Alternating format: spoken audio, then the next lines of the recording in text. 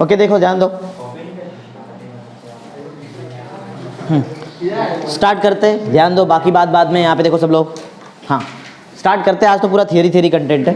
देखो पढ़ो क्या है, intermolecular force of amine. Amines के बीच में इंटरमॉलिक्यूलर फोर्स कैसा रहता है, बहुत सिंपल से कंसेप्ट है इसमें। देखो अमाइन मालूम है ना, NH2 बराबर, NH2 वाला ग्रुप रहेगा या ऐसा RNH2 बराबर। इसमें जो नाइट्रोजन है बराबर, इसके पास लोन पेयर ऑफ इलेक्ट्रॉन रहता है ना, loan pair of electron. Loan pair of electron होने की वजह से ये जो N और H का बॉन्डिंग रहेगा, N और H का बॉन्ड है ना, इसमें N और H, ये दो इलेक्ट्रॉन है, इसके लिए पार्शियल नेगेटिव चार्ज और ये पार्शियल पॉजिटिव। ये जो बॉन्ड है ये पोलर बन जाता है। पोलर ना, देखो चार्जेस आ गया ना, पोलर बॉन्ड है मतलब क्या है, इसका इंटरमॉलिक्यूलर फोर्स ये NH, देखो दो चीज को यहाँ पे कंपेयर किया गया है। एक क्या है, एक तो तुमको NH का देखने का है, देखो यहाँ पे मिलेगा तुमको NH की तरह, हाँ N का इलेक्ट्रोनेगेटिविटी कितना रहता है 3, याद रखो N का जो इलेक्ट्रोनेगेटिविटी वो कितना रहता है 3, मतलब कि ज्यादा है N3 as compare to hydrogen. गिनो जरा कितना है उसका, देखो 2.1, तो इससे तो ज्यादा इलेक्ट्रोनेगेटिव है, तो इसके ऊपर पार्शियल नेगेटिव चार्ज और ये पार्शियल पॉजिटिव चार्ज। पढ़ते चलो, मालूम पड़ेगा। और पढ़ो क्या है, the NH bond in amines is polar, बताया ना पोलर रहता है। क्यों रहता है, due to electronegativity of nitrogen atom जो कितना होता है 3 एंड हाइड्रोजन एटम कितना 2.1 इज डिफरेंट, अलग अलग इलेक्ट्रोनेगेटिव ना, समझा। अगर दोनों सेम रहता तो वहां पे पोलर बॉन्ड नहीं आता है, सिंपल लॉजिक। आगे नेक्स्ट, अब ये पोलर बॉन्ड की वजह से होता क्या है, पोलर बॉन्ड के वजह से, पॉइंट पढ़ो क्या है यहाँ पे, due to polar nature of NH bond, primary और जो सेकेंडरी अमाइंस है हैव इंटरमॉलिक्यूलर हाइड्रोजन बॉन्ड। देखो ये जो है ना, ये हाइड्रोजन बॉन्डिंग बना सकता है। इंटरमॉलिक्यूलर मतलब खुद से, खुद के मॉलिक्यूल के साथ बराबर। देखो एग्जांपल देखो यहाँ पे, ये प्राइमरी अमाइन है ना RNH2 बराबर, ये भी प्राइमरी अमाइन RNH2, ये देखो प्राइमरी अमाइन RNH2, देख रहे RNH2, ये सब क्या है अमाइन ना, प्राइमरी अमाइन बराबर। अगर सेकेंडरी रहता तो यहाँ पे क्या रहता, एक H निकल जाता, उधर भी एक R आता ना, या फिर R' जो भी आता, क्योंकि इनका जो बॉन्ड है वो कैसा है पोलर ना। पोलर मतलब क्या है, ये जो नाइट्रोजन है इसके पास पार्शियल नेगेटिव चार्ज और हाइड्रोजन के पास पार्शियल पॉजिटिव ना, सेम इधर भी है। ये नाइट्रोजन के पास पार्शियल कौन सा चार्ज है, पार्शियल नेगेटिव, और हाइड्रोजन के पास पार्शियल पॉजिटिव, सेम इधर भी पार्शियल नेगेटिव पार्शियल। ये क्यों बता रहे हैं, ये उधर लगेगा इसके लिए बता रहा हूँ। यहाँ भी नाइट्रोजन है तो पार्शियल नेगेटिव चार्ज आएगा, और ये हाइड्रोजन पे पार्शियल पॉजिटिव, ये पार्शियल नेगेटिव, ऐसा। तो प्राइमरी अमाइंस या फिर सेकेंडरी अमाइन क्या बनाता है, इंटरमॉलिक्यूलर हाइड्रोजन बॉन्डिंग अपने खुद के मॉलिक्यूल के साथ। देखो तो यहाँ पे बनने जा रहा है हाइड्रोजन बॉन्डिंग। देखो कैसे बनता है हाइड्रोजन बॉन्डिंग।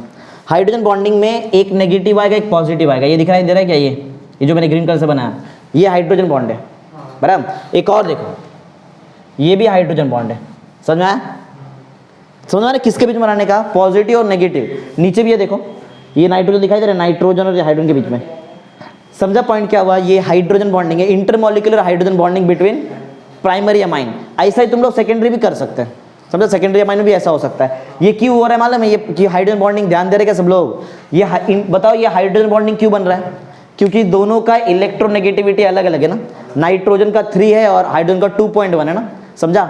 अलग अलग इलेक्ट्रोनेगेटिविटी वजह की वजह से कौन सा बॉन्ड बन रहा है यहाँ पे, हाइड्रोजन बॉन्ड। पॉइंट समझा, पॉइंट नंबर 2 जो बताया था, पढ़ो एक बार फिर से पॉइंट नंबर 2 पढ़ो। Due to polar nature of NH bond मतलब नाइट्रोजन हाइड्रोजन बॉन्ड, प्राइमरी और सेकेंडरी जो अमाइन है वो क्या बनाएगा, intermolecular hydrogen bonding. Tertiary amine नहीं बना सकता, क्यों मालूम है, टर्शियरी अमाइन के पास हाइड्रोजन रहता है क्या, नहीं। अगर हाइड्रोजन रहेगा ही नहीं तो पार्शियल पॉजिटिव चार्ज आएगा किसके ऊपर, समझा। तो टर्शियरी अमाइन है उसके पास हाइड्रोजन एटम नहीं रहता ना, तो उसमें पार्शियल पॉजिटिव चार्ज, मतलब हाइड्रोजन है ही नहीं तो हाइड्रोजन बॉन्डिंग बनेगा कैसे। अरे हाइड्रोजन बॉन्डिंग बनने के लिए हाइड्रोजन रहना बहुत जरूरी है ना, समझा। टर्शियरी अमाइन में रहता नहीं, समझा, तो क्या नहीं बनाएगा। हाँ ये सब याद रखो, MCQ वगैरह में आता है, tertiary amine does not forms intermolecular hydrogen bonding, वो नहीं बनाता है। प्राइमरी और सेकेंडरी बनाता है, हाँ समझा रीजन की क्यों नहीं बनाता है, लेकिन उसका बॉन्ड भी पोलर है। वो जो टर्शियरी अमाइन बता रहे हैं ना हम लोग, देखो टर्शियरी अमाइन बना के दिखाता हूँ। देखो टर्शियरी अमाइन में क्या रहता है तुमको मालूम है, R रहेगा, R मतलब कोई कार्बन रहेगा ना, वहाँ पे कार्बन कोई भी अल्काइल ग्रुप रहेगा, यहाँ पे N है और 3 जगह पे क्या रहता है बताओ, नहीं ना। तुमको टर्शियरी अमाइन में मतलब क्या देखने मिलेगा बताओ, उसमें NH रहेगा, NH2 रहेगा कि क्या रहेगा, N रहेगा ना। टर्शियरी अमाइन में 3 R मिलता है बराबर ना, 3 R मिलता है, तो R R और R बराबर। R मतलब कोई भी अल्काइल ग्रुप है वहाँ पे, समझो एग्जांपल ले लेते हैं हम लोग, यहाँ पे CH3 ले लेते हैं बराबर, CH3। अगर ध्यान से देखेंगे ना तो ये नाइट्रोजन और जो कार्बन का बॉन्ड है ना, नाइट्रोजन और जैसे अपन ने पहले याद है नाइट्रोजन हाइड्रोजन देखा था, अब देखेंगे नाइट्रोजन कार्बन। नाइट्रोजन जो है ये तो तुमको मालूम है कि ज़्यादा इलेक्ट्रोनेगेटिव है बराबर, तो ये कार्बन क्या बन जाता है, ज़्यादा ये इलेक्ट्रो पॉजिटिव बन जाएगा बराबर। पोलार ये भी है, ये भी पोलार है, और ये क्या था, ये भी पोलार था, लेकिन वो उसके पास क्योंकि हाइड्रोजन था तो वो क्या बना सकता था, इंटरमॉलिक्यूलर हाइड्रोजन बॉन्डिंग। क्या इसके पास हाइड्रोजन है तो ये बना सकता है कि इंटरमॉलिक्यूलर हाइड्रोजन बॉन्डिंग। समझा ना पॉइंट क्या है, बोलो। लेकिन याद रखो कि जो टर्शियरी अमाइन रहता है उसका बॉन्ड जो कार्बन के साथ रहेगा वो भी पोलार रहता है, वो आगे आएगा पॉइंट में। समझ में आ रहा है। प्राइमरी अमाइन और सेकेंडरी अमाइन क्या बनाता है, बोलो। अरे बैठ के देख रहे ऐसा लग रहा है, बोलो ना क्या बनाता है प्राइमरी और secondary amine, intermolecular hydrogen bonding, मतलब वो समझा वाटर में डिसॉल्व वगैरह हो सकता है। जो टर्शियरी अमाइन है वो हाइड्रोजन बॉन्डिंग बनाता है क्या, लेकिन उसका बॉन्ड पोलार है। ये पॉइंट नंबर 3 पढ़ते, पढ़ो। The intermolecular hydrogen bonding in primary amine is greater than that of. Primary में ज्यादा हाइड्रोजन एटम है, प्राइमरी में कितना हाइड्रोजन एटम जरा गिनो, 2, तो ज्यादा हाइड्रोजन बॉन्ड बना सकता है बराबर। सेकेंडरी में कितना हाइड्रोजन एटम रहता है, 1, तो वो थोड़ा कम हाइड्रोजन बॉन्ड बनाएगा, समझा।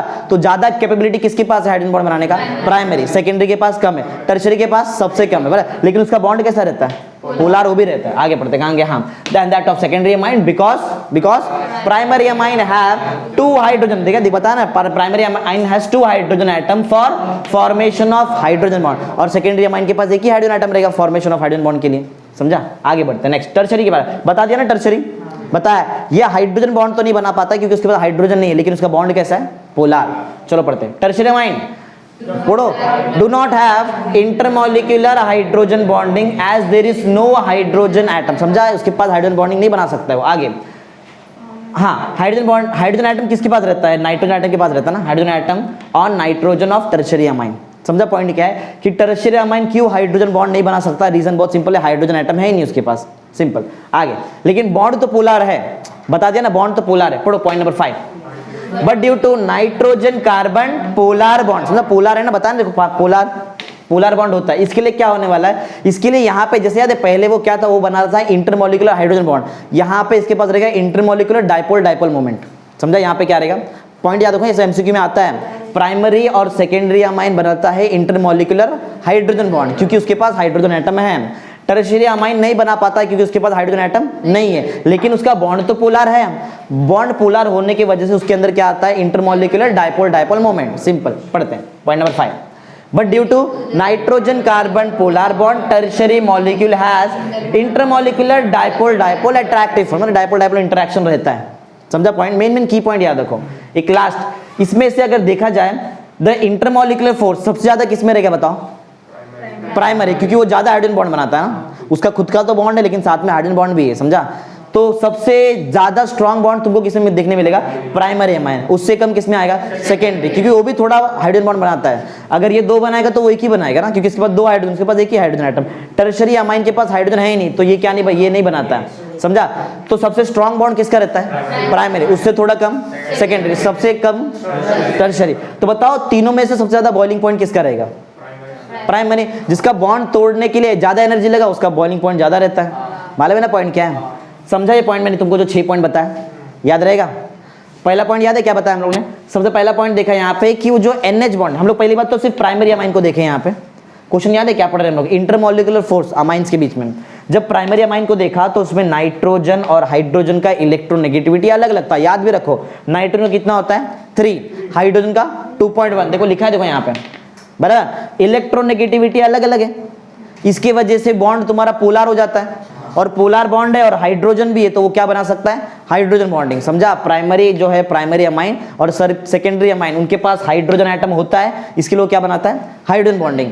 टर्शियरी नहीं बना सकता है टर्शियरी अमाइन क्योंकि उसके पास हाइड्रोजन एटम नहीं है, लेकिन उसका बॉन्ड कैसा रहता है, पोलार। इसकी वजह से उसके अंदर क्या आता है, डाइपोल इंटरेक्शन या फिर डाइपोल अट्रैक्टिव फोर्स, यहाँ पे था ना बराबर। अगर देखा जाए तो तीनों में से सबसे स्ट्रॉन्ग बॉन्ड तुमको किधर देखने मिलेगा, प्राइमरी अमाइन का, उससे कम सेकेंडरी, सबसे कम टर्शियरी। सबसे ज्यादा बॉइलिंग पॉइंट किसका देखने मिलेगा, प्राइमरी, उससे थोड़ा कम किसका रहेगा, सेकेंडरी, और सबसे कम बॉइलिंग पॉइंट टर्शियरी। यही हमारा नेक्स्ट क्वेश्चन है, बॉइलिंग पॉइंट ऑफ अमाइंस। पहले बता दिया, आंसर बता दिया ना तुमको, ऑलरेडी मालूम है बॉइलिंग पॉइंट किसका ज्यादा है किसका कम है बराबर। पढ़ो, बॉइलिंग पॉइंट डिपेंड किस पे करता है, इंटरमॉलिक्यूलर फोर्स पे। जितना ज्यादा इंटरमॉलिक्यूलर फोर्स उतना ज्यादा बॉइलिंग पॉइंट बराबर। पढ़ो, the order of intermolecular force in amines is, सबसे ज्यादा इंटरमोलिकुलर फोर्स प्राइमरी अमाइंस, फिर से उससे कम सेकेंडरी, सबसे कम। यही ऑर्डर में तो बॉइलिंग पॉइंट भी रहेगा, क्योंकि जितना ज्यादा एनर्जी लगी है बॉन्ड तोड़ने के लिए उतना ज्यादा बॉइलिंग पॉइंट, प्राइमरी अमाइन का बॉइलिंग पॉइंट सबसे ज्यादा, फिर सेकेंडरी अमाइन, फिर टर्शियरी। देखो thus the order of boiling point in amines are, समझा? इजी है ना, समझा? थियरी में की पॉइंट याद रखने का, प्राइमरी अमाइन सेकेंडरी अमाइन क्या बनाता है? Hydrogen bonding. क्यों बनाता है? क्योंकि उसका बॉन्ड पोलर है और हाइड्रोजन एटम है, अरे NH2 और NH होता है ना, बराबर। टर्शियरी अमाइन नहीं बना, अरे क्यों, मतलब अमाइन है, प्राइमरी अमाइन NH2 होता ही है ना, बता। अरे क्या वही पूछते तुम लोग, ये पहले बता चुका ना तुमको, नाइट्रोजन का इलेक्ट्रोनेगेटिविटी 3 रहता है और हाइड्रोजन कितना रहता है? सेम में क्या अलग अलग है? तो इलेक्ट्रोनेगेटिविटी का डिफरेंस है ना, तो पोलर हो गया, समझा ना? Cl वो वाला बॉन्ड पोलर नहीं हो सकता ना, क्योंकि सेम इलेक्ट्रोनेगेटिविटी, उधर फ्री रेडिकल्स बनता है, बराबर, समझा? अभी अलग अलग इलेक्ट्रोनेगेटिविटी, पॉइंट समझा नहीं है? बॉइलिंग पॉइंट भी समझ में आ गया। एक्चुअली ये तो हाइड्रोजन बॉन्डिंग तुमको सिखाया मैंने, क्या प्राइमरी अमाइन तो बनाता है हाइड्रोजन बॉन्डिंग, याद रखो, प्राइमरी अमाइन और सेकेंडरी अमाइन क्या बनाता है? इंटरमॉलिक्यूलर हाइड्रोजन बॉन्डिंग, खुद के मॉलिक्यूल के साथ हाइड्रोजन बॉन्डिंग, बराबर है। नेक्स्ट पढ़ो, क्या अभी हम लोग किधर पढ़ा? ये सिखा दिया ना तुमको, ये सिखा दिया, इधर आओ। Hydrogen bonding between water and amine, water और अमाइन के बीच में भी हो सकता है। अरे अमाइंस में प्राइमरी और सेकेंडरी अमाइन बनाता है हाइड्रोजन बॉन्डिंग, तो वाटर के साथ भी आ सकता है, समझा? हाइड्रोजन बॉन्डिंग के लिए चाहिए क्या? एक इलेक्ट्रोनेगेटिव स्पीशीज चाहिए, देखो एक इलेक्ट्रोनेगेटिव स्पीशीज और बाजू में इलेक्ट्रोपॉजिटिव, तो बीच में बन जाएगा हाइड्रोजन बॉन्डिंग, बराबर। अब जरा देखो, ये किसका मॉलिक्यूल बताओ? वाटर। क्या इसमें इलेक्ट्रोनेगेटिविटी बताने आएगा तुमको? ओ ज्यादा इलेक्ट्रोनेगेटिव होता है, बराबर ना, और इसका H जो रहेगा, H वो बोलो ज्यादा इलेक्ट्रो पॉजिटिव रहता है, ज्यादा इलेक्ट्रो पॉजिटिव। चलो इससे मेरे को मतलब नहीं है, ये बताओ, ये नाइट्रोजन और हाइड्रोजन में कौन ज्यादा इलेक्ट्रोनेगेटिव? नाइट्रोजन ज्यादा इलेक्ट्रोनेगेटिव, अभी तो अभी सिखाया ना, हाइड्रोजन ज्यादा इलेक्ट्रो पॉजिटिव। सेम बताओ, ये वाला हाइड्रोजन पॉजिटिव है क्या? यहाँ पे इलेक्ट्रोनेगेटिविटी का डिफरेंस है।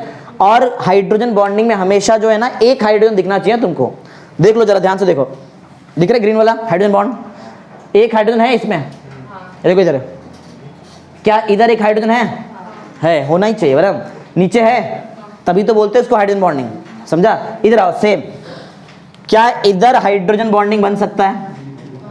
बन सकता है। अरे दो कंडीशन है, पहली बात तो चार्ज का डिफरेंस होना चाहिए, इलेक्ट्रोनेगेटिविटी का डिफरेंस होना चाहिए, और हाइड्रोजन एटम तो होना चाहिए, समझा? आगे बन सकता है, यहाँ पे बन सकता है ना, समझा?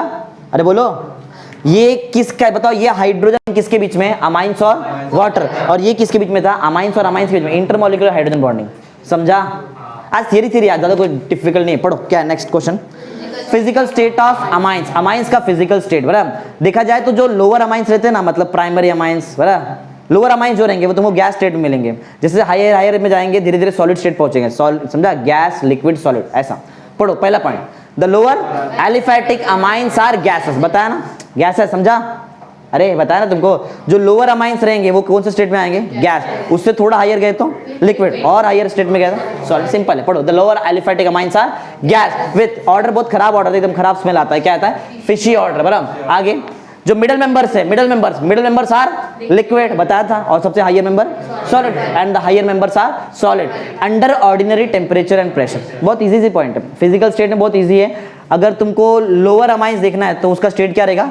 गैस। मिडल वाले मेंबर्स का लिक्विड, सबसे हायर सॉलिड, समझा? और ऑर्डर कैसा रहता है? Fishy order. लेकिन ये सब कुछ ऑर्डिनरी टेम्परेचर, ऑर्डिनरी प्रेशर पे हो रहा है, सिंपल पॉइंट। नेक्स्ट, बराबर, इसके बारे में पढ़ते हैं। ये हम लोग ने, मैंने सिर्फ यहाँ पे अमाइंस लिखा है, अमाइंस में दो अमाइन आता है, मालूम है? एक आता है एलिफैटिक अमाइंस और दूसरा आता है एरोमेटिक। एरोमेटिक को अराइल अमाइंस भी बोलते हैं ना, है ना, बहुत बार आ चुका है। अराइल अमाइंस में अगर मैं एनिलीन को देखूं, ये देख रहे हैं एनिलीन, इसके बारे में कुछ बताया है कि ये कलरलेस है, क्या क्या है, और ये कैसा रहता है? वैसे तो देखा जाए ज्यादा करके कलरलेस रहता है, लेकिन अगर इसको एयर में ऐसा एक्सपोज कर दिया तो एयर से ऑक्सीडाइज होके कलर भी आ जाता है, ऐसा भी, समझा पॉइंट क्या है? पढ़ते मालूम पड़ेगा।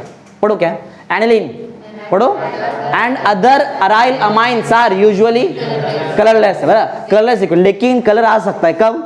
जब उसको एक्सपोज करेंगे एयर में और एयर के ऑक्सीजन से रिएक्ट करके कलर लेके आता है, बराबर। हाँ, किधर से? हाँ, but gets coloured as they are easily oxidised by, easy point है ना? अरे इजी, खाली मेन पॉइंट याद रखो। पहला पॉइंट याद है, लोअर एलिफैटिक जो मेंबर्स है वो गैस स्टेट, मिडल वाले मेंबर्स लिक्विड, हायर वाले मेंबर सॉलिड स्टेट, बराबर। और ये सब, हाँ, ऑर्डर फिशी ऑर्डर था, और ये सब लोअर मतलब एक ऑर्डिनरी टेम्परेचर और प्रेशर पे हो रहा था। अराइल अमाइंस या फिर एनिलीन, इनका कलर कैसा रहता है? कलरलेस, लेकिन अगर एयर में एक्सपोज किया तो ऑक्सीडाइज होके कलर भी आ जाता है। सिंपल है ना, इजी इजी। आगे पढ़ते हैं सोल्युबिलिटीज ऑफ अमाइन। देखो सोल्युबिलिटी में मतलब वाटर में हम लोग सोल्युबिलिटी देखेंगे, और किस में देखेंगे? वाटर यूनिवर्सल सॉल्वेंट इसमें देखेंगे। जो भी चीज वाटर के साथ बॉन्ड बना सकता है, हाइड्रोजन बॉन्ड, वो सोल्यूबल रहता है, कंफर्म। मालूम है तुमको ये चीज? जो भी चीज वाटर के साथ हाइड्रोजन बॉन्ड बनाता है वो वाटर में सोल्यूबल है। एक बात बताओ, प्राइमरी अमाइंस और सेकेंडरी अमाइंस वाटर के साथ हाइड्रोजन बॉन्ड बना सकता है? बनाया ना, बताया ना तुमको मैंने। टर्शियरी बना सकता है क्या? नहीं, लेकिन वो पोलर होता है। पोलर था ना, समझा? पोलर है। तो पॉइंट पहले से हमको आंसर मालूम है, सोल्यूबिलिटी ऑफ प्राइमरी अमाइन और सेकेंडरी अमाइन वाटर में ज्यादा रहेगा। वो सोल्यूबल हो सकता है ना, क्योंकि वाटर के साथ वो क्या बना सकता है? हाइड्रोजन। टर्शियरी बहुत कम रहेगा, क्योंकि टर्शियरी पोलर है, लेकिन वो हाइड्रोजन बॉन्ड नहीं बना सकता। समझ में आ रहा है पॉइंट क्या है? समझ रहे हैं ना? चलो पढ़ते हैं सोल्यूबिलिटी। वाटर में देखेंगे, पढ़ो। Due to their ability to form hydrogen bond with water molecule, lower aliphatic amines are soluble in water, वो वाटर में सोल्यूबल है। आगे देखते हैं सोल्यूबिलिटी ऑफ अमाइन डिक्रीज है। अमाइंस का सोल्यूबिलिटी धीरे धीरे कम होते जाएगा। कब कम होगा मालूम है? अगर अमाइंस का चेन बड़ा बड़ा होते जा रहा है। चेन समझ आ रहा है? NH2 है, बाजू में अल्काइल ग्रुप भी तो लगाएंगे।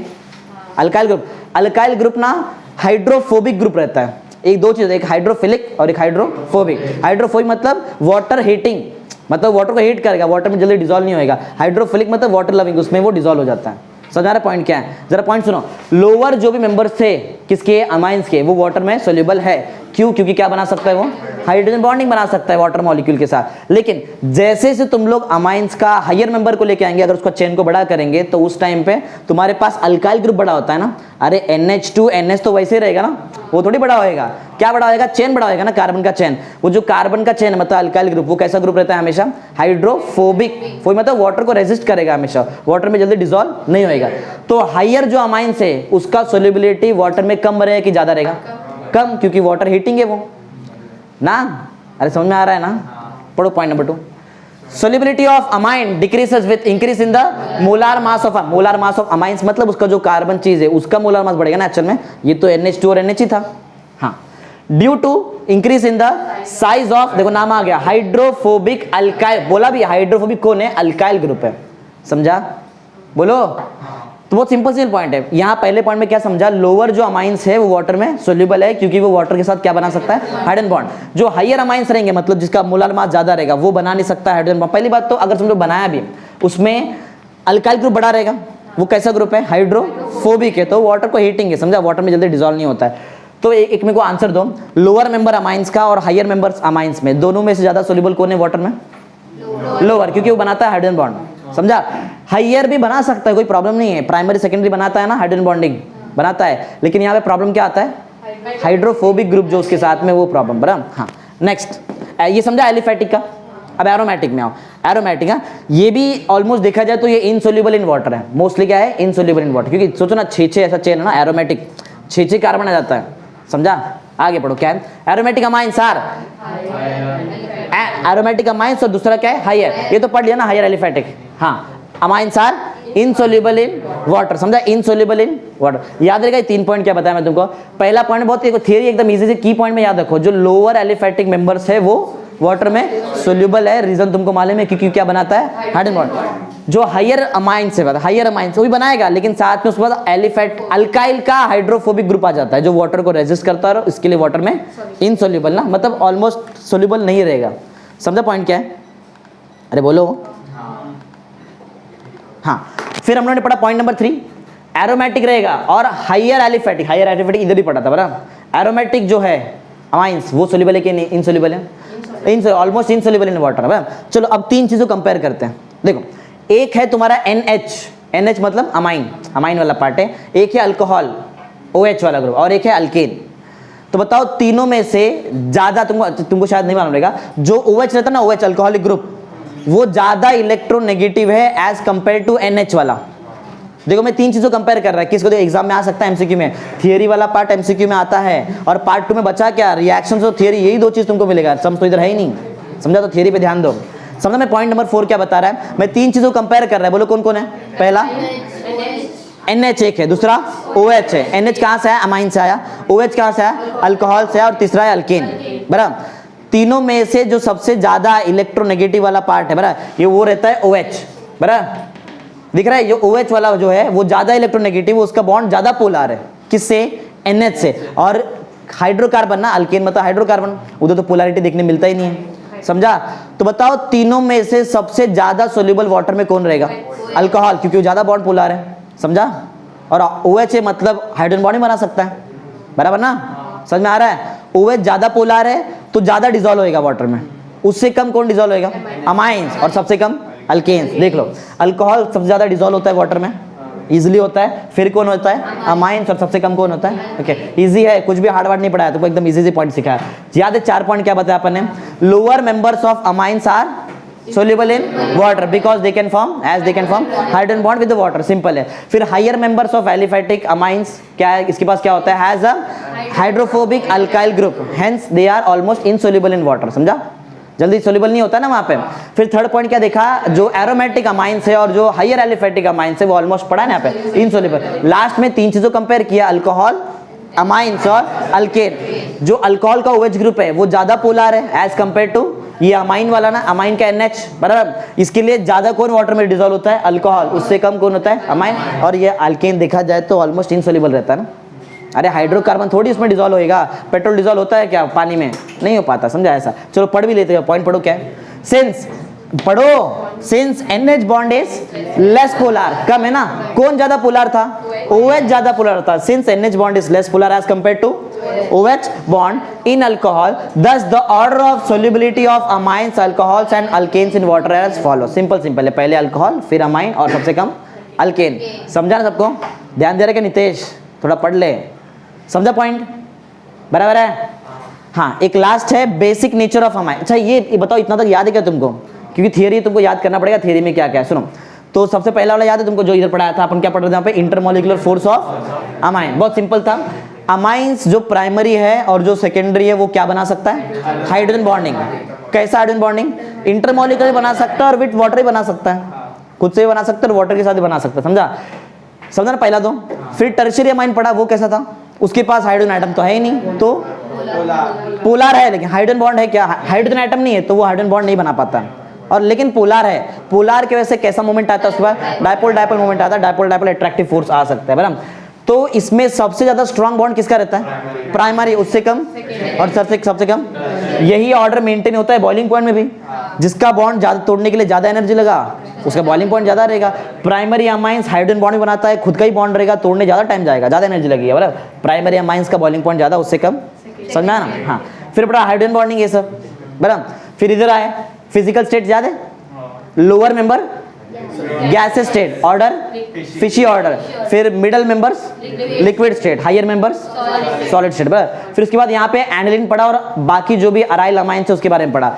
ये कैसे रहते हैं बताओ, ये कलरलेस लिक्विड, लेकिन जैसे एयर पे एक्सपोज किया तो ऑक्सीजन के साथ रिएक्ट करके क्या बना देते हैं, कलर आ जाता है उसमें। कलर मतलब कोऑर्डिनेशन कंपाउंड बन जाता है, बनता है ना अमाइन का, अरे NH3 वगैरह बनाता है ना, लिगैंड से एक्ट करता है वो। फिर सोल्युबिलिटी पढ़ा, सोल्युबिलिटी में जो लोअर मेंबर्स है वो क्या होता है बताओ, वो सोल्यूबल, क्यों होता है वैसा, क्योंकि वो हाइड्रोजन बॉन्ड बना सकता है। हायर मेंबर देखा, हायर एलिफेटिक के मेंबर्स, उसके पास अल्काइल हाइड्रोफोबिक ग्रुप है, इसके लिए वो क्या करता है, वो वाटर हीटिंग है, वाटर से जल्दी रिएक्ट नहीं करता है, वाटर में सोल्यूबल नहीं रहता है, इनसोल्यूबल बराबर। सेम वैसा एरोमेटिक अमाइंस के साथ भी है बराबर ना, ध्यान दे रहा है क्या, इधर देखो जरा। फिर लास्ट वाला पढ़ा है, 3 चीज को कंपेयर किया, अल्कोहल, अमाइंस और अल्केन। सबसे ज्यादा सोल्यूबल कौन है, अल्कोहल, फिर अमाइंस और फिर सिंपल है, थियरी है, आगे पढ़ते चलो। Basic nature of amine, amines base ही रहेगा।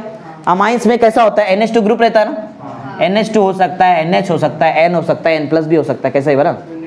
हाँ, तो इसके पास तो लोन पेयर ऑफ इलेक्ट्रॉन है ना नाइट्रोजन के पास। जो भी species loan pair of electron donate कर सकता है वो लीविस बेस होता है। तो बेसिक नेचर तो दिखाएगा बराबर। अब वो बेसिक नेचर में दोनों तरीके से तुमको समझाता हूँ, लीविस थ्योरी से भी सिखाएगा और लॉरी ब्रॉन्स्टेड थ्योरी ये भी पढ़ाया था, आयनिक इक्विलिब्रियम में सिखाया तुमको, दोनों थ्योरी होता है। चलो देखते हैं। तो लीविस थ्योरी तो तुम्हारे सामने है, ये 2 इलेक्ट्रॉन देता है ना और एक बॉन्ड बनाता है ना, कोऑर्डिनेट बॉन्ड, लॉस किया इलेक्ट्रॉन तो लीविस बेस, ये यही पढ़ेंगे, कुछ नया नहीं। पढ़ो क्या, The basic nature of amines is due to the presence of lone pair of electron in nitrogen। इसके पास है ना लोन पेयर, इसकी वजह से बेसिक कैरेक्टर आता है, सिखा दिया, ये सब मालूम है तुमको, जस्ट पढ़ेंगे हम लोग आगे।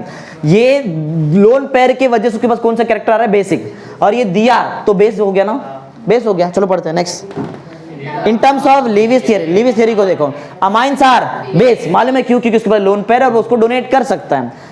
They can share a loan pair of electron of, किसका लोन पेयर? हाइड्रोजन का नहीं है, नाइट्रोजन का, बराबर बताना पड़ता है। विथ इलेक्ट्रॉन, हाँ किससे शेयर करेगा? जिसके पास इलेक्ट्रॉन कम है। एग्जांपल समझो BF3 हो सकता है। इसका रिएक्शन अगर मैं बोरॉन ट्राइफ्लोराइड के साथ करूं BF3, बराबर, जिसमें फ्लोरीन सबसे ज्यादा इलेक्ट्रॉन नेगेटिव, याद है पीरियोडिक टेबल में सबसे ज्यादा इलेक्ट्रॉन नेगेटिव फ्लोरीन, अगर ये इलेक्ट्रॉन नेगेटिव तो बोरॉन क्या रहेगा? मतलब इसके पास electron deficient, electron deficient species है, इलेक्ट्रॉन नहीं है, तो ये 2 इलेक्ट्रॉन को देगा अपना, हाँ ये बोरॉन को देगा, BF3 बना देगा ना, ऐसा 2 इलेक्ट्रॉन दिया, खुद पॉजिटिव, ये बन गया ना, समझा क्या? हाँ NH3 था ना, यानी NH2 था ना, ये बॉन्ड था, समझो कुछ बॉन्ड रहेगा ऐसा कुछ, बड़ा अल्काइल बॉन्ड हो सकता है। हाँ चलो पढ़ते हैं, किधर तक थे हम लोग? Loan pair of electron of nitrogen atom with, हाँ किसके साथ शेयर करता है वो? इलेक्ट्रॉन। अरे ये इलेक्ट्रॉन डेफिशिएंट है ना, अगर मैं इसको तोड़ेगा तो ये डेल्टा प्लस में आएगा और ये डेल्टा नेगेटिव में आएगा ना। इलेक्ट्रॉन डेफिशिएंट मतलब पॉजिटिव चार्ज रहता है उसके ऊपर, ऐसा है। चलो पढ़ते हैं एग्जाम्पल में मैंने यहाँ पे यूज किया, क्या यूज किया जरा देखो क्या है? मैंने यहाँ पे टर्शरी यूज किया, टर्शरी अमाइन। अरे टर्शरी की प्राइमरी की सेकेंडरी है, कैसे मालूम पड़ा बताओ? H नहीं है, N दिखाई दे रहा, तो टर्शरी है, बड़ा ट्राई मिथाइल है ना, ट्राई मिथाइल अमाइन। इसका रिएक्शन वही उसके साथ ही, देखो किसके साथ? बोरॉन ट्राइफ्लोराइड, बराबर। तुमको मालूम है यहाँ पे क्या होने वाला है? नाइट्रोजन के पास एक एक्स्ट्रा लोन पेयर है, ये क्या करता है?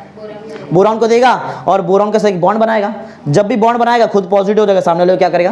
नेगेटिव कर देगा। और 3 मिथाइल तो पहले से जो था वो एज इट इज है उसके पास, समझा? अरे इजी है तो समझने के लिए, बराबर। तो इसने क्या loan pair of electron share किया, दिया, आगे दिया, तो लिविस बेस हो गया। सिंपल ना, समझा? लिविस बेस के हिसाब से, मतलब लिविस थियरी के हिसाब से कि अमाइंस क्यों लिविस बेस है, सिंपल आंसर है, उसके पास लोन पेयर ऑफ इलेक्ट्रॉन है, वो शेयर कर सकता है, बराबर। और किससे शेयर किया? एक एग्जांपल बता देगा, BF3 के साथ एग्जांपल बता दो, सिंपल। अब चलो पढ़ते हैं, लॉरी बॉन्स्टेड थियरी के हिसाब से वो लिविस बेस है कि नहीं। ये थियरी के हिसाब से क्या है, देखो, जो भी स्पीशीज H+ आयन लेता है, ये सिखाया था ना आयनिक इक्विलिब्रियम में, सिखाया मैंने तुमको आयनिक इक्विलिब्रियम में। जो भी स्पीशीज अगर H+ आयन लेता है, बराबर, और उसका कॉन्जुगेट एसिड बनाता है, देखो ना पूरा समझ लो क्या है। जो भी स्पीशीज H+ आयन लेगा और क्या बनाएगा? उसका कॉन्जुगेट एसिड। मतलब क्या है? ये तो बोले सर पहले तो बेस था, अभी एसिड कैसे आ गया? अरे इससे इसने H+ आयन लिया ना, तो कुछ ऐसा बना, N+ और H आया ना उसके पास। अगर ये टूटेगा तो बोलो क्या देगा ये अगर निकला, ये ब्रेक हुआ तो बोलो क्या देगा ये? H+, तो एसिड हो गया ना, समझ में आ रहा है? इसके लिए क्या बोल रहा है? कौन? अरे H+ दिया मतलब एसिड, मालूम ना? हाँ H+ लिया मतलब बेस, सिखाया ना ये चीज। हाँ तो इसको समझा मैं क्यों बोल रहा हूँ कॉन्जुगेट एसिड? किसका कॉन्जुगेट एसिड है? इसका है, अमाइन का है, समझा? आपको पहले ये थियरी पहले समझो, थियरी क्या बोलता है? लॉरी ब्रॉन्स्टेड थियरी, जो भी स्पीशीज H+ आयन लेता है वो क्या है? Lewis base. लेकिन कंडीशन है, उस टाइम पे जो इक्विलिब्रियम आता है वो शिफ्ट कहाँ होना चाहिए बताओ? शिफ्ट कहाँ होना चाहिए? हाँ ये जो है दिख रहा है, ये बनाया ना, ये स्टेबल होना चाहिए ना। अरे H+ आयन लिया अमाइन ने और कुछ तो नया चीज बनाया, समझा? और अगर ये स्टेबल है तो तुम्हारा इक्विलिब्रियम राइट में जाएगा, बराबर। और अगर इक्विलिब्रियम राइट में है तो लॉरी ब्रॉन्स्टेड थ्योरी के हिसाब से वो क्या है? बेस। एक बार फिर से रिपीट कर दो, जरा ध्यान दो। कोई भी स्पीशीज अगर H+ आयन लिया तो वो लिविस बेस रहता है, लेकिन कंडीशन है वो टाइम पे जो इक्विलिब्रियम आएगा वो कहाँ शिफ्ट होना चाहिए? राइट, क्योंकि जो बना वो स्टेबल होना चाहिए ना, H+ लेके जो बना वो स्टेबल होना चाहिए, बराबर। तो H+ लिया कोई भी स्पीशीज ने और कुछ नया कॉन्जुगेट एसिड बनाया और वो अगर स्टेबल है, मतलब तुम्हारा इक्विलिब्रियम कहाँ शिफ्ट हो रहा है? राइट में, तो वो लॉरी ब्रॉन्स्टेड थ्योरी के हिसाब से लॉरी ब्रॉन्स्टेड थ्योरी के हिसाब से वो क्या है? Base. Lowry Bronsted base. Lewis के थ्योरी के हिसाब से लिविस बेस, उसके हिसाब से लॉरी ब्रॉन्स्टेड बेस। सिंपल ना? चलो पढ़ते हैं, मालूम पड़े, पढ़ो। The basic nature of amines can be explained by writing following equilibrium. हमेशा याद है, इसमें हमेशा इक्विलिब्रियम इक्वेशन लिखते हैं, बराबर। हाँ क्या हो रहा है तुम मालूम है? उधर अमाइंस है, अमाइन है ना, अमाइन टर्शरी है, प्राइमरी के सेकेंडरी बताओ? टर्शरी, क्योंकि N ही दिखाई दे रहा है तुमको वहां पे, टर्शरी अमाइन। लेकिन उसके बाद लोन पेयर तो है, बराबर। लोन पेयर है मतलब नेगेटिव कैरेक्टर है, तो किसको एक्सेप्ट करेगा अभी? H+ को लेगा ना। अब बोले सर ये लोन पेयर डोनेट भी तो कर सकता है। अरे लोन पेयर का डोनेट इधर देखो, क्योंकि लिविस थियरी में सिर्फ हम लोग लोन पेयर का डोनेट देखते हैं ना। अरे इधर देखते हैं ना, वो थियरी अलग थियरी है, तो उसमें ये चीज मत देखो, उसमें उसके थियरी के हिसाब से देखो। उसका थियरी क्या बोलता है? H+ लेना चाहिए, बराबर। तो सामने का जो वाटर है वो टूटेगा ना, ब्रेक होएगा, क्या बनेगा तो मालूम है? H+ और वो H+ कौन लेगा? अमाइन ले लेगा, क्योंकि उसके पास नेगेटिव कैरेक्टर है अभी। और ये बनाएगा, देखो ये बॉन्ड बनेगा किसके साथ? हाइड्रोजन के साथ। H जब ये आया था तो क्या अपना इलेक्ट्रॉन लेके आया था? नहीं, वो अपना इलेक्ट्रॉन दे के आया था। तो खुद आया तो H प्लस था ना, उसके पास इलेक्ट्रॉन नहीं था, वो बॉन्ड बनाने के लिए इलेक्ट्रॉन किसने दिया है? नाइट्रोजन। तो नाइट्रोजन पे साइन कौन सा आएगा? N प्लस, समझा? और इसको काउंटर करने के लिए बाद में वहां पे बाजू में ब्रैकेट में क्या रहेगा? OH माइनस रहेगा, समझा? ये अभी तक हुआ नहीं, अभी तक कुछ क्लियर हुआ नहीं। अगर तुम्हारा ये चीज ये दिख रहा है रिवर्सिबल रिएक्शन, मतलब इक्विलिब्रियम कहाँ शिफ्ट हो गया? हाँ, कॉन्जुगेट एसिड साइड में शिफ्ट हुआ तो वो लॉरी ब्रॉन्स्टेड बेस है, बराबर। पढ़ते पॉइंट नंबर कहाँ तक आ गए थे हम लोग? यहाँ पॉइंट नंबर 2 पढ़ो। In this equilibrium amine accepts H plus ion, hence it is a Lowry Bronsted base है। लेकिन एक्चुअल में शिफ्ट कहाँ होना चाहिए? Equilibrium, right. पढ़ो नेक्स्ट लास्ट वाला पॉइंट। स्ट्रॉन्गर, अगर ज्यादा अच्छा बेस चाहिए तुमको तो तुम्हारा इक्विलिब्रियम कहाँ होना चाहिए? और ज्यादा ही एकदम राइट, मतलब एकदम स्ट्रॉन्गेस्ट बेस है वो, समझा? ऐसा For stronger base, the equilibrium shift towards the right and thus has larger value of Kb। ये भी आयन इक्विलिब्रियम से आया हुआ है। Kb को क्या बोलते हैं बताओ? बेस डिसोसिएशन कांस्टेंट, बराबर है? बराबर ना? हाँ, तो समझा तुमको 3 पॉइंट? अरे बोलो, एकदम इजी है। लीविस थियरी के हिसाब से अमाइन लीविस बेस है, रीजन है उसके पास लोन पेयर ऑफ इलेक्ट्रॉन है और वो उसको डोनेट कर सकते, सिंपल। लॉरी ब्रॉन्स्टेड थ्योरी के हिसाब से भी अमाइन क्या है? बेस है, रीजन बहुत सिंपल सा है, उसके पास 2 इलेक्ट्रॉन मतलब नेगेटिव कैरेक्टर है, वो सामने का वाटर में से H प्लस आयन ले लेता है और उसका इक्विलिब्रियम कहाँ शिफ्ट होता है? उसके कॉन्जुगेट एसिड के साइड में ना, बराबर? कॉन्जुगेट एसिड राइट में है, इसके लिए वो क्या है? लॉरी ब्रॉन्स्टेड बेस, मतलब एक्चुअल में बेस है, समझा? अमाइंस बेस क्यों है, समझा? ये अमाइंस जो भी मैंने देखा, क्या मैंने यहाँ पे एरोमेटिक लिखा है? एरोमेटिक रिंग वगैरह है? नहीं ना, ये एरोमेटिक रिंग नहीं है, मतलब हम लोग जो भी देख रहे थे वो किसके लिए था बताओ? एलिफैटिक अमाइंस था। अब पढ़ेंगे हम लोग अराइल अमाइन, मतलब एरोमेटिक अमाइंस, उसके बारे में।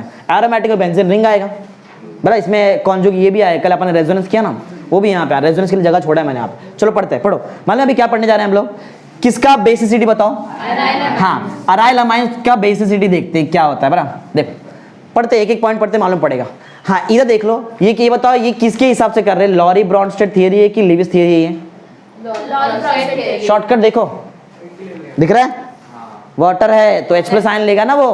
हाँ, तो H प्लस आयन किस में आता है? लॉरी ब्रॉन्स्टेड में है, तो लॉरी ब्रॉन्स्टेड थियरी यहाँ पे देख रहे हो। देखो बस तुमको मालूम है सब चीज क्या होने वाला है, बराबर? देखो नाइट्रोजन के पास एक लोन पेयर है, ध्यान दे संजीत, इधर हो रहा है, बाकी बात ही करने का तो दिन भर, इधर देख ले थोड़ा देर। अमाइन में जो नाइट्रोजन एटम है उसके पास लोन पेयर है, तुमको मालूम है क्या होने वाला है? जो इधर हुआ वही सेम इधर होगा, वाटर में ब्रेक होगा H प्लस और OH माइनस में। वो H प्लस जाएगा किसके पास? नाइट्रोजन के पास। नाइट्रोजन ने अपना 2 इलेक्ट्रॉन दिया, बॉन्ड बनाया किसके साथ? H के साथ। जो भी H प्लस आया था बन गया H ना। हाँ, तो NH2 से बोलो वो क्या बन जाएगा? NH3 बन जाएगा। NH3 मतलब नाइट्रोजन ने 3 बॉन्ड हाइड्रोजन के साथ बनाया और 1 बॉन्ड रिंग के कार्बन के साथ है, बना कितना? 4 बॉन्ड, आ जाएगा पॉजिटिव साइन। इसको बोलेंगे कॉन्जुगेट एसिड, बोलेंगे? अरे इधर बोला था ना, कॉन्जुगेट एसिड किसका है? हाँ, मतलब इसका नाम बताओ। एनिलीन। एनिलीन का कॉन्जुगेट एसिड नाम रहेगा एनिलियम। क्यों नाम बोला था एनिलियम? याद है नाइट्रोजन पे जब भी प्लस आता है, अमोनिया याद है? अमोनिया उसको बोलते हैं अमोनियम। तो वैसा ये एनिलीन पे वो नाइट्रोजन पे प्लस आया तो एनिलियम, समझा? सिंपल चीज है। हाँ, लेकिन देखना अभी बाकी है कि ये ज्यादा स्टेबल है कि नहीं। देखो ये तुम्हारा इक्विलिब्रियम राइट साइड में क्यों शिफ्ट हुआ था बताओ? क्योंकि वो दिख रहा है कॉन्जुगेट एसिड ज्यादा स्टेबल है, समझा? अगर ये ज्यादा स्टेबल निकल गया इससे तो वो तुम्हारा इक्विलिब्रियम लेफ्ट में आ जाएगा। बेसिसिटी कैरेक्टर दिखाएगा वो तो ठीक है, बेसिसिटी दिखाएगा, लेकिन इसका बेसिक नेचर शायद एलिफैटिक अमाइन से कम रहेगा, हो सकता है ना? समझो मैं क्या बोल रहा है? अरे इधर देखो, थोड़े इधर देख लो, पास होना है ये साल तुमको। ये इक्विलिब्रियम राइट साइड में शिफ्ट हुआ तो जो तुम्हारा बेस बन रहा है अमाइन से, एरोमेटिक अमाइन से, वो स्ट्रॉन्ग बेस रहेगा कि वीक बेस रहेगा? मैं बोल रहा राइट में जा रहा है, स्ट्रॉन्ग। राइट में गया तो स्ट्रॉन्ग, अगर लेफ्ट में गया तो हमको मालूम नहीं क्या है, वो कब मालूम पड़ेगा? रेजोनेंस हाइब्रिड स्ट्रक्चर से मालूम पड़ जाएगा वहां पे क्या हो रहा है। दोनों का रेजोनेंस करके देखना पड़ेगा हमको, समझा? जिसका जितना ज्यादा रेजोनेंस स्ट्रक्चर आता है वो ज्यादा उतना स्टेबल रहता है, जिसका कम रेजोनेंस स्ट्रक्चर आएगा वो कम स्टेबल रहेगा, समझा ना? स्टेबिलिटी कैसा, चलो देखते मालूम पड़ेगा। अभी तक समझा मैं यहाँ पे क्या हो रहा है? क्या वाटर नहीं ना, कोई दूसरा देगा? किधर गया? हाँ, एक H यहाँ पे लिया, OH ना, OH माइनस, वाटर लिख दिया सर, OH माइनस, उसको काउंटर करने के लिए। चलो पढ़ते, मालूम है यहाँ पे क्या होने वाला है? पहले पूरा बता दिया, जस्ट पढ़ेंगे अभी, ध्यान दो। एनिलीन यूज किया था, वाटर के साथ रिएक्ट किया, रिवर्सिबल रिएक्शन, मतलब लॉरी ब्रॉन्स्टेड थियरी है। ये अमाइन क्या बन गया? एनिलियम ना, बाद में एक हाइड्रोजन ले लिया, एनिलियम बन गया। अब देखना ये है कि दोनों में से ज्यादा, पहले बताओ रेजोनेंस स्ट्रक्चर आएगा यहाँ पे? इधर देखा था कि रेजोनेंस, इधर ऐसा कुछ? अरे एलिफैटिक कैसा रेजोनेंस दिखाएगा तुमको? इधर दिखेगा ना तुमको रेजोनेंस, बेंजीन रिंग में दिखने मिलता है बराबर। जिसका जितना रेजोनेंस स्ट्रक्चर वो उतना ज्यादा स्टेबल, कम रेजोनेंस स्ट्रक्चर। मैं दोनों का रेजोनेंस बना के इधर देखिएगा, देखते हैं कितना किसका ज्यादा आता है बराबर। हाँ, कल शायद इसका बनाया था 5, कल किया था तुम लोगों ने तो किया था इसका जाते आते, कल ये 5, इसका देखते हैं, चलो देखेंगे, ठीक है। चलो पढ़ते हैं, पॉइंट पढ़ो क्या है। अराइलामाइड्स आर वीकर बेस, पहले बता दिया वीकर, तुमको मालूम है वीकर बेस मतलब इतना समझ जाओ, स्ट्रॉन्ग बेस रहता है, स्ट्रॉन्गर बेस, तो ये कहाँ शिफ्ट होता है, तो पहले स्टार्टिंग में मालूम पड़ गया कि तुम्हारा इक्विलिब्रियम कहाँ शिफ्ट होने वाला है, और प्रूफ भी करके दिखाता क्यों वहां पे शिफ्ट होता है। चलो देखते हैं। हाँ, arylamides are weaker base than ammonia, ammonia से वीक, अमोनिया भी बेस है मालूम है, अमोनिया बेस है, और एलिफैटिक अमाइन भी बेस है। ये क्या सिखाया, एलिफैटिक अमाइंस, ये भी बेस है, लेकिन दोनों से सबसे वीकर बेस कौन सा है, अराइल, अराइल ये सबसे वीकर है, वीकर है ना। इससे स्ट्रॉन्गर कौन कौन है, अमोनिया और एलिफैटिक, जो पहले पढ़ा चुका हूं। चलो पढ़ते हैं, पॉइंट नंबर 2 पढ़ो। Strength of aryl amines are explained on the basis of, देखो आ गया वर्ड, नाम आ गया ना, ये बिना पढ़े अपन ने बता दिया था, कैसे दिखा था, रिवर्सिबल रिएक्शन और वाटर को देख के बता दिया था बराबर। हाँ, are explain on the basis of Lowry Bronsted theory by writing equilibrium equation of aniline. ये इक्विलिब्रियम इक्वेशन ना, ऐसा एक और बार आ चुका है, देखो इक्विलिब्रियम इक्वेशन आ चुका है ना, पहले लॉरी-ब्रॉन्स्टेड थ्योरी में इक्विलिब्रियम इक्वेशन लिखना पड़ता है ऐसा। हाँ, तो पॉइंट नंबर 3 पढ़ो। Here both the species base, इसको बेस बोलेंगे ना, एक्चुअल में नाम बताओ क्या है जरा इसका, एनिलीन ना, ये बेस है एक्चुअल में, बेस, और उसका क्या है दूसरा बाजू में कॉन्जुगेट एसिड, जिसका नाम क्या है एनिलियम बराबर। कॉन्जुगेट बेस और उसका कॉन्जुगेट, सॉरी बेस और उसका कॉन्जुगेट एसिड आर दिखाएगा दोनों, अरे बेंजीन रिंग दोनों में आ रहा है, दोनों रेजोनेंस दिखाएगा, are resonance stabilised but to a different, दोनों अलग अलग दिखा सकता है।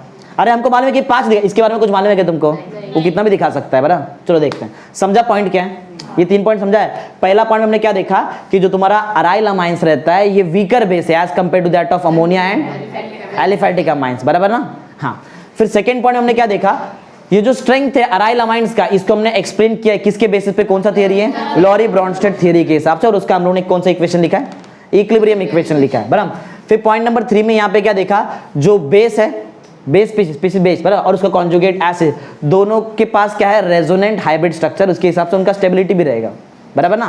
पॉइंट नंबर 4 पढ़ो क्या है, in aryl amines the NH2 group is direct, इसके बारे में पढ़ रहे हैं अराइल अमाइंस, इसके बारे में NH2 group is directly attached to the aromatic. अच्छा, ये पॉइंट समझने के लिए तुमको ना फटाफट वो रेजोनेंस बना के दिखाता हूं, चलो बोलो फटाफट बताओ क्या आएगा, पहले ऐसा रहेगा, पहले मैं इसका रेजोनेंस, दोनों का रेजोनेंस बताया ना, दोनों के रेजोनेंस से मालूम पड़ेगा क्या होता है, जल्दी बताते हैं फटाफट। देखो जिसको नहीं आता देख लो, ये था NH2, याद है 2 इलेक्ट्रॉन, बोलो क्या क्या होता है बताओ।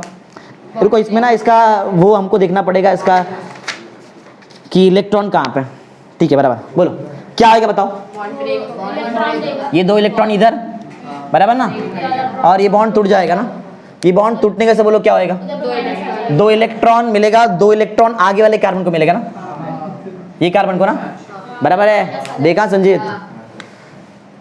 बोलो ये रहेगा, ऐसा रहेगा, और इधर माइनस साइन ना, और ऊपर आएगा डबल बॉन्ड में NH2 बराबर। 2 इलेक्ट्रॉन लिखूं, नहीं ना, कुछ साइन वाइन नहीं, नहीं, इन पे साइन नहीं आएगा, प्लस का आता है ना इस पे।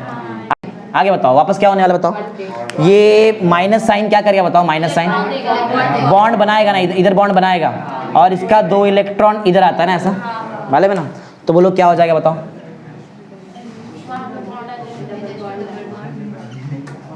ऐसा ना, इधर एक आएगा, इधर एक आएगा, इधर आएगा माइनस साइन, और डबल बॉन्ड में NH2 है और पॉजिटिव साइन है। ये क्यों बता रहे, इसके ऊपर ही थियरी, नहीं तो थियरी तुमको समझ में नहीं आएगा यहाँ पे क्या हो रहा है।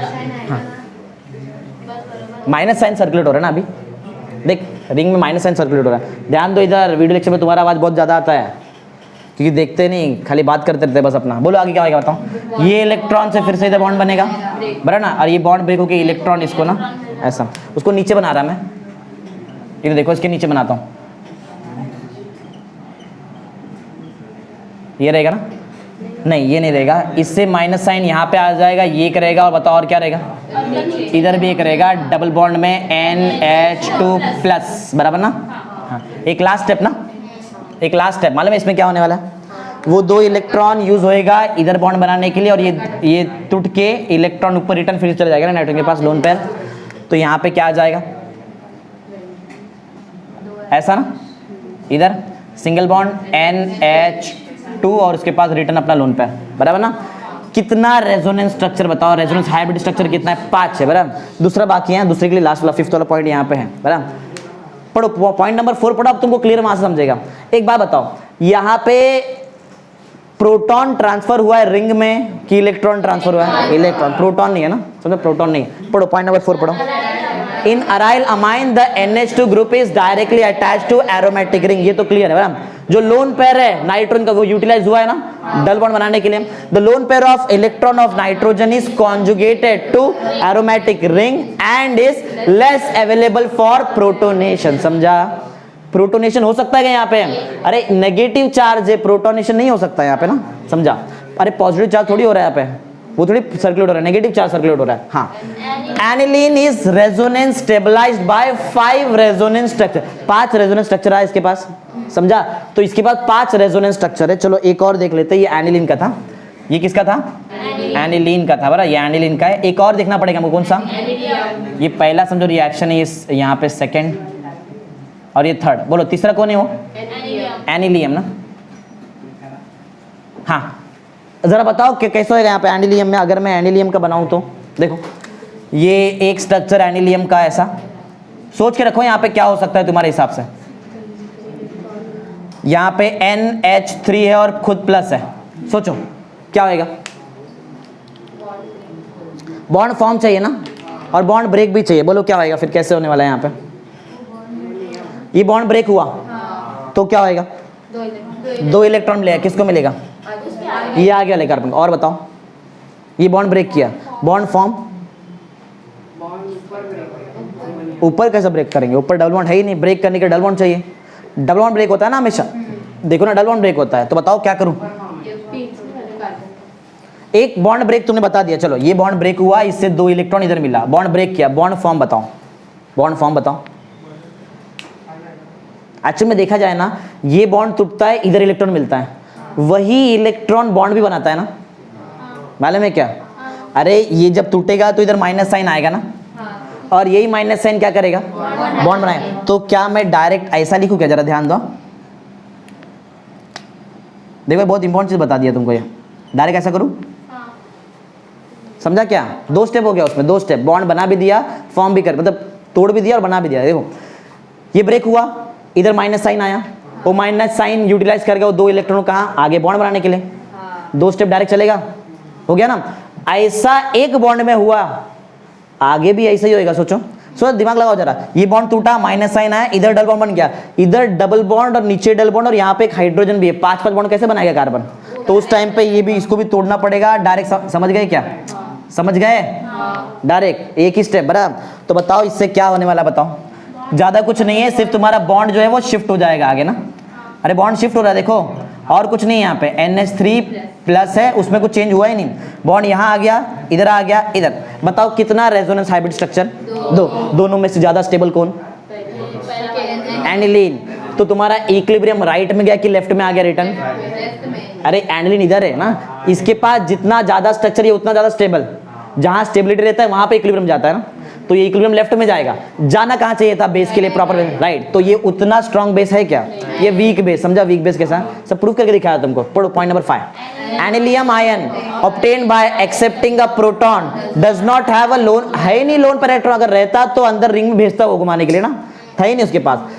और नाइट्रोजन है, hence it can be stabilised by only 2 resonance structure, 2 ही रेजोनेंस स्ट्रक्चर हो सकता है एनिलियम आयन के पास, बराबर है? आगे समझ में आ गया क्या है? तुम्हारा इक्विलिब्रियम जाएगा लेफ्ट में, तो बेस अगर राइट में जाता तो स्ट्रॉन्ग बेस, कॉन्जुगेट आयन बना मतलब स्ट्रॉन्ग बेस, लेफ्ट में गया मतलब वीक बेस। हाँ, as a result the equilibrium shift towards the left, this makes aniline and सिर्फ aniline ही नहीं, बाकी अराइल अमाइंस जो रहेंगे सेम उसके लिए भी वही आएगा। हाँ, other aryl amines weaker base than aliphatic and ammonia. समझा पॉइंट क्या है? समझा क्या? बोलो। अगर एलिफैटिक है, अमोनिया है और अमाइंस है, तो ये दिख रहा है ये वाला पार्ट एरोमेटिक, एरोमेटिक 3 चीज तुम्हारे पास, एरोमेटिक वाला अमाइन है, एलिफैटिक अमाइन है और अमोनिया है। सबसे कम या फिर सबसे वीकेस्ट बेस कौन सा रहेगा? एरोमेटिक रहेगा, ये रहेगा। समझा? समझा पॉइंट क्या है? बोलो। अब बोलेगा प्राइमरी सेकेंडरी में भी टर्शियरी में भी अलग अलग, कोई वहां पे अलग अलग अमाइन स्ट्रांग हो सकता है। वहां पे देखो, ये weak base aromatic amine weak base, aliphatic amine strong base. अब एलिफेटिक के अंदर कौन कौन स्ट्रॉन्ग बेस, क्योंकि एलिफेटिक के अंदर 3 आता है, मालूम है क्या? प्राइमरी अमाइन, सेकेंडरी अमाइन और टर्शरी, समझा? और एक क्वाटरनरी अमोनियम सॉल्ट भी आ सकता है उसमें, समझा? तो उसमें से कौन स्ट्रॉन्ग अमाइन है, स्ट्रॉन्ग बेस है, वो देखते हैं। समझ में आ रहा है मैं क्या बोल रहा है? अरे एलिफेटिक अमाइन और एरोमेटिक अमाइन में ज्यादा स्ट्रॉन्ग बेस बोलो कौन है? एलिफेटिक है। एरोमेटिक अमाइन वीक बेस है, समझा? अब एलिफेटिक अमाइन के अंदर भी कौन स्ट्रॉन्ग बेस है वो देखते हैं। लास्ट पढ़ो क्या है? Basic nature of aliphatic amine, बराबर? एलिफेटिक अमाइन का बेसिक नेचर, इसमें भी सेम ऐसा करके देखा रहेगा, बराबर? वैसे यहाँ पे रेजोनेंस तो स्ट्रक्चर नहीं आएगा, उसका स्टेबिलिटी देखा रहेगा वहां पे। देखो तो देखा जाए तो ये दिख रहा है अमोनिया, अमोनिया, फिर क्या है ये? कौन सा अमाइन है? प्राइमरी NH2 है। ये कौन सा अमाइन है? और ये हाँ, सब जरा तुम लोग ऑर्डर देख लो और बताओ सबसे इसमें स्ट्रॉन्ग बेस कौन सा है? सबसे स्ट्रॉन्ग बेस नाम बताओ ना। प्राइमरी सेकेंडरी नहीं सिखाया क्या तुमको? ये सेकेंडरी अमाइन सबसे, अरे ऑर्डर नहीं दिखाई दे रहा तुमको? इससे ज्यादा स्ट्रॉन्ग ये है, इससे ज्यादा स्ट्रॉन्ग ये है, ये इससे भी ज्यादा स्ट्रॉन्ग है, समझा? इससे भी ज्यादा स्ट्रॉन्ग है ये, दिख रहा है? टर्शरी, देखो टर्शरी में आरो चेंज गलत नहीं लिखा है, ऐसा है ये, समझा? ये चारों में से मतलब एलिफेटिक अमाइंस में से सबसे स्ट्रॉन्ग बेस कौन रहेगा? सेकेंडरी अमाइन, समझा? और एलिफेटिक और एरोमेटिक में से स्ट्रॉन्ग बेस कौन है? एलिफेटिक, समझा? सिंपल सिंपल, इतना कुछ हार्ड नहीं। पढ़ो चलो। The order of basicity of aliphatic amines, उसका ऑर्डर देख लिया तुमने। पहले अमोनिया है, उससे ज्यादा प्राइमरी अमाइन, उससे भी ज्यादा secondary, secondary amine tertiary amine से भी ज्यादा है। देख लो, दिख रहा है यहाँ पे? सिंपल सिंपल, ज्यादा कुछ नहीं। फिर इसका मतलब क्या है? सबसे strong base secondary amine. Second point, secondary amines are the strongest base, बराबर? बेसिक स्ट्रेंथ इंक्रीज, देखो बेसिक स्ट्रेंथ बढ़ा ना, स्टार्टिंग में बढ़ा, बाद में कम हो गया। बेसिक स्ट्रेंथ कहां से कहां तक बढ़ा, जरा देखो। अमोनिया से लेके सेकेंडरी अमाइन तक बेसिक स्ट्रेंथ बढ़ रहा है, फिर सेकेंडरी अमाइन से टर्शियरी अमाइन तक कम हो गया ना। समझ में आ रहा है क्या? इधर तुम्हारा बेसिक स्ट्रेंथ बढ़ रहा था, यहाँ पे बेसिक स्ट्रेंथ कम हो गया। तो समझा, समझा कैसे ट्रेंड क्या है?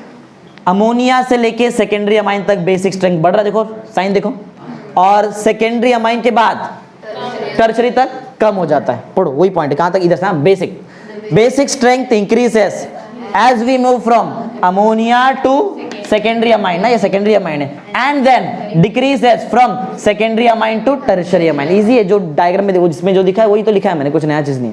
एक लास्ट पॉइंट पढ़ो क्या है? द बेसिक स्ट्रेंथ डिपेंड, किस पे डिपेंड, किस पे करता है? तुमको मालूम है डिपेंड करेगा पोजीशन ऑफ इक्विलिब्रियम। अगर ये ज्यादा स्ट्रॉन्ग बेस है, इसका मतलब इसका इक्विलिब्रियम बोलो कहां शिफ्ट हो रहा था? राइट में शिफ्ट हो रहा था, बराबर? एक बात और समझा दो तुमको, वैसे यहाँ पे दिया नहीं है। पी के का वैल्यू है, पी के आयन इक्विलिब्रियम में किया हम लोग ने। बफर सॉल्यूशन में उधर के भी नहीं लिखते, उधर पी के लिखते और पी के भी लिखते। याद रहेगा तुमको, pH is equal to p K minus negative to the log to the base 10, वो सब किया था, बराबर? तो एक पॉइंट समझ लो, याद वैसे इधर लिखा नहीं है मैंने, लेकिन तुम्हारे टेक्स्ट बुक में है वो पॉइंट। एक बार फिर से, ये स्ट्रॉन्ग बेस है, इसका इक्विलिब्रियम लॉरी ब्रॉन्स्टेड थ्योरी के हिसाब से कहां शिफ्ट होएगा? राइट साइड में, बराबर? अगर इसका इक्विलिब्रियम राइट साइड में शिफ्ट हो रहा है, मतलब ज्यादा स्टेबल कौन है? बेस ज्यादा स्टेबल है कि उसका कॉन्जुगेट एसिड ज्यादा स्टेबल है? अरे राइट साइड में शिफ्ट हो रहा है मतलब कॉन्जुगेट एसिड ज्यादा स्टेबल है ना, तभी तो उसको बेस बोलते हैं। समझ में आ रहा है पॉइंट? अभी ऐसा समझो, बेस मतलब ये ज्यादा स्टेबल, ऐसा नहीं, समझा? अगर ये ज्यादा स्टेबल है इसका मतलब क्या है? कि वीक बेस है ना। अरे एनिलीन में बताया ना, ये ज्यादा स्टेबल मिला था हमको, इसमें 5 मिला था ना रेजोनेंस हाइब्रिड, और इसमें कितना मिला? सिर्फ 2। तो ये कम स्टेबल, ये ज्यादा स्टेबल। अगर LHS में ज्यादा स्टेबिलिटी आता है मतलब वीकर बेस, बराबर? और अगर RHS में ज्यादा स्टेबिलिटी आता है मतलब स्ट्रॉन्ग बेस, समझा? तो ये दिख रहा है सेकेंडरी अमाइन ज्यादा स्ट्रॉन्ग बेस है, मतलब इसका इक्विलिब्रियम राइट साइड में, राइट साइड में है। इसी का मतलब एक और चीज है, अगर ये स्ट्रॉन्ग बेस है तो इसका PKB का वैल्यू कम रहेगा वहां पे। देखो तुम्हारे टेक्स्ट में दिया रहेगा, बट इधर मैंने लिखा नहीं, मेरे को याद है तो लिख देता हूँ। यहाँ पे किधर गया? बेसिक स्ट्रेंथ किसका पढ़ रहे हैं हम लोग? एलिफेटिक अमाइंस का ना। हाँ, इसका जो PKB का वैल्यू रहता है वो कम रहता है। देखो इधर मैं लिख देता हूँ, PKB का जो वैल्यू रहेगा वो कम रहेगा, बराबर? बफर PKB तुमको मिल जाएगा बफर में, एक बार पढ़ लेना, मालूम पड़ जाएगा। चलो पढ़ते, कहाँ थे हम लोग? पॉइंट नंबर 3 में। पॉइंट नंबर 2 तक समझा सबको? अमोनिया से सेकेंडरी अमाइन तक बेसिक कैरेक्टर बढ़ता है, फिर इसके बाद कम हो जाएगा, ऐसा। लास्ट पॉइंट पढ़ो। द बेसिक स्ट्रेंथ डिपेंड किस पे करता है? On corresponding position of equilibrium. Right side में गया इक्विलिब्रियम मतलब स्ट्रॉन्गर बेस, लेफ्ट में आया तो वीकर बेस, सिंपल। हाँ आगे कहां गए? हाँ equilibrium. Greater the stabilisation of, देखो आ गया ना, कॉन्जुगेट अगर एसिड ज्यादा स्टेबल है इसका मतलब स्ट्रॉन्ग बेस की weak base, strong base, right. Greater the stabilisation of conjugate acid, more right side the equilibrium will lie, the stronger will be the same, right. यही बताया ना, ये बताया ना। इसका मतलब एक और, इसका मतलब है कि पी के बी का वैल्यू वहां पे क्या रहेगा? कम रहेगा, ये उल्टा रहता है। स्ट्रॉन्गर बेस मतलब पी के बी का वैल्यू कम, बराबर। और अगर वीकर बेस रहेगा तो पी के बी का वैल्यू ज्यादा हो जाता है वहां पे। समझा पॉइंट? क्या इधर दैट इज लिख देता हूं, समझ जाएगा। समझा तुमको आज जो पढ़ाया? याद है ना जो पढ़ाया? सबसे पहले आज हमने क्या देखा? Intermolecular force of amines. Amines का इंटरमोलिकुलर फोर्स, इसमें सबसे ज्यादा इंटरमोलिकुलर फोर्स किसमें होता है? हाँ बोलो, किसमें? प्राइमरी अमाइंस ना। अरे प्राइमरी अमाइंस का इंटरमोलिकुलर फोर्स सबसे ज्यादा होता है, उससे कम किसका रहता है? प्राइमरी अमाइन का इंटरमोलिकुलर फोर्स सबसे ज्यादा, बोलो क्यों कम है? सॉरी सबसे ज्यादा क्यों है? सबसे ज्यादा क्यों है? क्योंकि बनाता है वो हाइड्रोजन बॉन्डिंग। तो देखा जाए तो सेकेंडरी अमाइन भी तो हाइड्रोजन बॉन्डिंग बनाता है। हाँ इसमें प्राइमरी अमाइन में दो हाइड्रोजन अवेलेबल रहता है हाइड्रोजन बॉन्डिंग बनाने के लिए, सेकेंडरी अमाइन में सिर्फ एक ही हाइड्रोजन होता है, NH होता है, मालूम है? हाँ तो प्राइमरी सबसे ज्यादा स्ट्रॉन्ग इंटरमोलिकुलर फोर्स देगा, उससे कम इसका रहता है सबसे कम टर्शरी। उसके हिसाब से बॉइलिंग पॉइंट भी आता है, बराबर। फिर पढ़ा तुमको हाइड्रोजन बॉन्डिंग, प्राइमरी और सेकेंडरी इंटरमोलिकुलर हाइड्रोजन बॉन्डिंग बनाता है और वाटर के साथ भी बनाता है हाइड्रोजन बॉन्डिंग। फिर अपन इधर क्या पढ़ा? Physical state, lower member gases, gases ना, ऑर्डर फिशी ऑर्डर, मिडिल वाले member liquid state, higher members. ये याद रखो, थियरी तो कोई बना सकता है, वैसे भी तुमको थियरी याद नहीं रहेगा वो टाइम, बराबर। मतलब खाली याद रखो यहाँ पे क्या हो रहा है। फिर अपन ने क्या पढ़ा? ये सिर्फ तब होता है जब टेम्परेचर और प्रेशर कैसा रहेगा? ऑर्डिनरी। फिर एनिलिन मतलब एरोमेटिक्स में आ गए। एरोमेटिक्स में आए तो वो ज्यादा करके कैसा रहता है बताओ? यूजुअली कल, लेकिन जैसे एयर में एक्सपोज होएगा, एयर के ऑक्सीजन से ऑक्सीडाइज होके कलर आ जाता है। फिर पढ़ा है सोल्युबिलिटी, जो भी वाटर के साथ हाइड्रोजन बॉन्ड बना सकता है वो सोल्यूबल। सबसे अच्छा कौन बनाता है बताओ bond? Hydrogen bond primary amine, वो ज्यादा सोल्यूबल है। सेकेंडरी अमाइन बनाता है, समझा? एक्चुअल में देखा जाए तो लोअर जो अमाइंस है वो वाटर के साथ हाइड्रोजन बॉन्ड बना सकते हैं, इसके लिए वो सोल्यूबल। लेकिन जैसे हम लोग हायर अमाइंस में जाते हैं उसके पास क्या आएगा? हाइड्रोफोबिक अल्काइल ग्रुप, जो वाटर को रेजिस्ट करता है, मतलब वो जल्दी उसके साथ सोल्यूबल नहीं रहेगा। ऐसा ही सेम काम किसके साथ होता है? एरोमेटिक अमाइन है, उसमें भी तो रिंग रहेगा, 6 कार्बन हो गया, वो भी ज्यादा हो गया, समझा? हाँ फिर मैंने तुमको 3 चीज में कंपैरिजन दिखाया था, अल्कोहल, अमाइन और अल्केन। सबसे ज्यादा सोल्यूबल कौन? अल्कोहल, उससे कम अमाइन, सबसे कम अल्केन से। फिर बेसिक नेचर अमाइंस का देखा 2 थियरी के हिसाब से, लेविस थियरी और Lowry Bronsted theory. Lewis theory तो बहुत इजी था। लेविस थियरी सिंपल क्या बोलता है? अमाइन जो है वो लेविस बेस क्यों है? क्योंकि उसके पास लोन पेयर ऑफ इलेक्ट्रॉन है और वो दे सकता है, शेयर कर सकता है किसके साथ? इलेक्ट्रॉन डेफिशिएंट कंपाउंड के साथ या फिर स्पीशीज के साथ, समझा? हाँ फिर लॉरी ब्रॉन्स्टेड थियरी देखा। ये थियरी के हिसाब से जो भी स्पीशीज H+ आयन लेता है और वो अपना बनाएगा, क्या बनाएगा वो? Conjugate acid. और अगर वो ज्यादा स्टेबल है तो तुम्हारा इक्विलिब्रियम राइट साइड में आएगा, तो ये कौन सा बेस हो जाएगा? स्ट्रॉन्गर बेस, राइट में गया तो, बराबर। ऐसा हुआ ना इधर? हुआ एलिफेटिक के साथ। लेकिन जैसे एरोमेटिक में आए हम लोगों ने क्या यूज किया? एनिलीन, और इसे क्या बना दिया? एनिलियम, बराबर। और देखा दोनों का जो ये रेजोनेंस हाइब्रिड, एक में 5 मिला, एक में कितना मिला? 2। जिसका जितना ज्यादा रेजोनेंस हाइब्रिड वो उतना ज्यादा स्टेबल। तो तुम्हारा ये स्टेबल मिला मतलब इक्विलिब्रियम कहां पे आ गया? लेफ्ट में आ गया। अगर लेफ्ट में इक्विलिब्रियम आया इसका मतलब क्या हो गया? वीक बेस हो गया, समझा? तो एक्चुअली में देखा जाए तो ये एलिफेटिक और एरोमेटिक अमाइंस में वीक बेस कौन है? Weak base aromatic. Strong base कौन है? एलिफेटिक, सिंपल, बराबर। और अगर मैं एलिफेटिक के अंदर देखूं प्राइमरी, सेकेंडरी, टर्शरी, बराबर, तो इसमें सबसे ज्यादा कौन रहता है बताओ? सेकेंडरी अमाइन, बराबर। सबसे कम कौन रहता है वैसे मैम?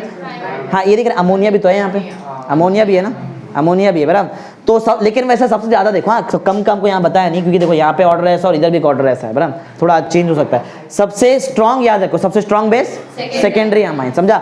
ये तुम्हारा जो ट्रेंड है वो अमोनिया से लेके सेकेंडरी अमाइन तक बढ़ता है, स्ट्रॉन्ग बेस होता है, और उसके आगे जाएंगे तो कम होता है। इसकी ये मानो ये कैसे मिला तुमको स्ट्रॉन्ग बेस? ये डिपेंड करता है पोजीशन ऑफ इक्विलिब्रियम पे। इस केस में ये स्ट्रॉन्ग है, मतलब इक्विलिब्रियम तुम्हारा कहां गया रहेगा? राइट में गया रहेगा। कौन ज्यादा स्टेबल रहेगा? कॉन्जुगेट एसिड की अमाइन? कॉन्जुगेट एसिड ना, ये ज्यादा स्टेबल रहेगा, समझा ना पॉइंट कैसा है? और इस टाइम पे अगर ये ज्यादा स्ट्रॉन्ग बेस है मतलब इसका पीकेबी का वैल्यू क्या रहेगा? कम रहेगा, खत्म, इतना ही है, समझा? क्या है वैसे एक क्वेश्चन इसमें रह गया, वो बहुत बड़ा क्वेश्चन था, एक पूरा ये लगता था, इसके लिए आज वो मैंने लिखा नहीं है, वो कल ऐसे ही कर लेंगे, चैप्टर ऑलमोस्ट खत्म हो गया समझो।